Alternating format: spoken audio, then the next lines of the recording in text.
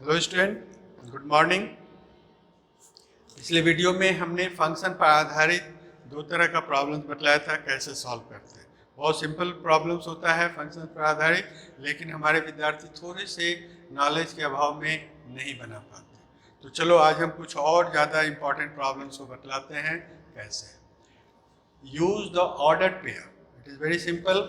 अब पहला सेट में कितना ऑर्डर पेयर है? 1, 2, 3, 5, 5, 7। बतलाना है कि ये हमारा फंक्शन है कि नहीं है ना। अगर फंक्शन है तो बतलाइए कि इस फंक्शन का डोमेन क्या है, रेंज क्या है। वेरी सिंपल, ध्यान से देखिए। यह सेट कहता क्या है? 1, 2 का मतलब 1 is related to 2। Second pair का मतलब 3 इज रिलेटेड टू 5। थर्ड का मतलब 5 इज रिलेटेड टू 7।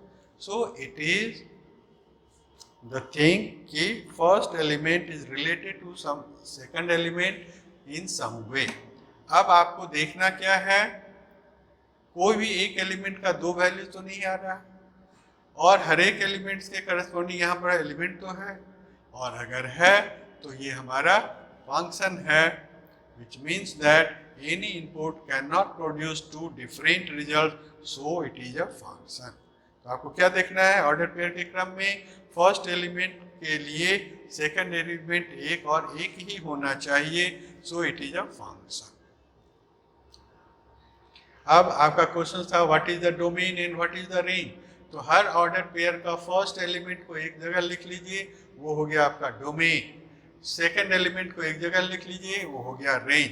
तो जल्दी से बतलाओ, इसका फर्स्ट है 1, 3, 5, ये आपका कहलाएगा डोमेन। फिर 2, 5, 7, ये कहला गया आपका रेंज। सो सिंपल, कैसे याद रखोगे?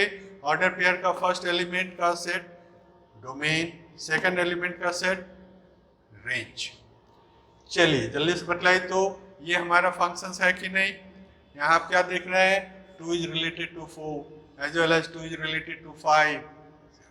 मतलब एक 2 के लिए दो वैल्यू, दो आउटकम आ रहा है, जो कि हम कहेंगे 2, 4 and 2, 5 means that 2 could be related to 4 or 5. So in other words, it is not a function because it is not a single value. Okay? Single value नहीं है, इसलिए ये हमारा फंक्शन नहीं है। अब ये सिंगल वैल्यू का टेस्ट क्या है, ध्यान से देखो। मान लो कि कोई भी कर्व है, किसी एक बिंदु पर आप वाई एक्सिस के परपेंडिकुलर लाइन खींचे। अगर उस कर्व को वह दो जगह पर कट कर रहा है, मतलब x के एक पर्टिकुलर मान के लिए y का दो वैल्यू मिल रहा है। Though it is a valid curve, but functions की परिभाषा के अनुसार यह फंक्शन नहीं है। So on a graph the idea of single valued means that no vertical line ever crosses more than one value. If it crosses more than once, it is still a curve but not a function. So student, ये था आपका very simple conceptual कि हम कैसे function कहेंगे या नहीं कहेंगे अगर वह ऑर्डर पेयर के टर्म्स में। ध्यान से देखिए, एक इम्पॉर्टेंट क्वेश्चन आता है इवन एंड ऑड फंक्शंस के आधार पर। क्या है, ध्यान से देखो। एक फंक्शंस का डेफिनेशन दिया हुआ है f(x = sin x + tan x)। आपको साबित करना है कि हमारा ऑड फंक्शन है या इवन फंक्शन है। अब रिकॉल करो, ऑड और इवन किसे कहेंगे? If f of minus x equals to fx, it is even function. F of minus x equals to minus fx, it is odd function. तो यहाँ पर आप सबसे पहले जहाँ जहाँ x है वहाँ पर माइनस एक्स पुट कीजिए और देखिए कि ये क्या होता है। We have fx equals to sin x + tan x as per question. अब आप जहाँ जहाँ x है उसको रिप्लेस करो माइनस एक्स से, क्या मिलेगा? f of minus x, sine x को आप sine of minus x plus tan x को टेन ऑफ माइनस एक्स। अब आप ध्यान से देखो, साइन ऑफ माइनस एक्स का मतलब माइनस साइन एक्स होता है, टेन ऑफ माइनस एक्स का मतलब माइनस टेन एक्स होता है।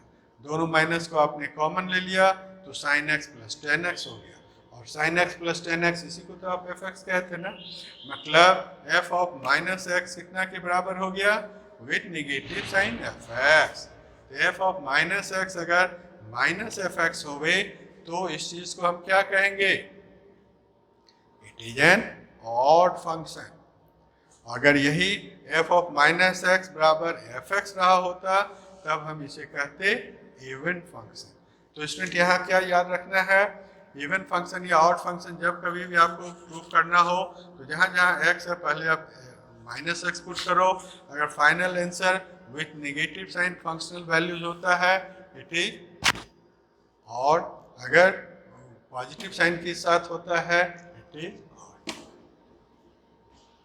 Determine the nature of the function. अब यहाँ पर भी बतलाना है sine x plus cos x. पिछले क्वेश्चन में था साइन एक्स प्लस 10 है, sine x plus cos x बतलाओ कि यह इवन है कि ऑड है। ध्यान से देखो, हमेशा इवन ऑड जज करने के लिए हम दो ही काम करेंगे, जहाँ जहाँ एक्स है वहाँ पर माइनस एक्स पुट करेंगे। माइनस एक्स पुट किया आपने, एफ ऑफ माइनस एक्स बराबर sine of minus x plus cos of minus x. अब आप ट्रिग्नोमेट्री को याद कीजिए, साइन ऑफ माइनस एक्स बराबर हो गया माइनस साइन एक्स, लेकिन कॉस ऑफ माइनस एक्स कितना होता है, बोलो जल्दी, कॉस एक्स। तो ये हो गया minus sine x, cos x, ये आपका property of sine and cos है, ये हमने कुछ नहीं कहा। अब आप बतलाओ कि यह इवन होगा कि ऑड होगा। It is neither f x nor minus f x, so हम कहेंगे यह ना तो इवन है ना ही ऑड है। मतलब कोई जरूरी नहीं है हर फंक्शंस को आप इवन या ऑड के कैटेगरी में डालेंगे। इवन तब होगा जब उसका कंडीशन फुलफिल होगा, ऑड तब होगा जब ऑड का कंडीशन फुलफिल होगा। किसी का कंडीशन फुलफिल नहीं है तो it is neither odd. Piecewise functions के बारे में भी आपको समझ लेना है। ध्यान से देखो, पहला लाइन क्या कहता है, function value x is x when x is less than 0। Function value x is x square when x lies between 0 and 2। यहाँ पर 0 इंक्लूडेड है और यहाँ पर 0 इंक्लूडेड नहीं है। यहाँ पर जस्ट आप कहते हो less than 0, not included 0। x greater than equals to 2, मतलब यहाँ पर 2 इंक्लूडेड है। अब ध्यान से देखिए, आपको निकालना है f ऑफ माइनस 3 का वैल्यू क्या होगा, f ऑफ 3 का वैल्यू क्या होगा, f ऑफ 1 का वैल्यू क्या होगा। We see that function is defined in pieces, so the function behaves differently depending on the input value. So fx बराबर x when x less than 0।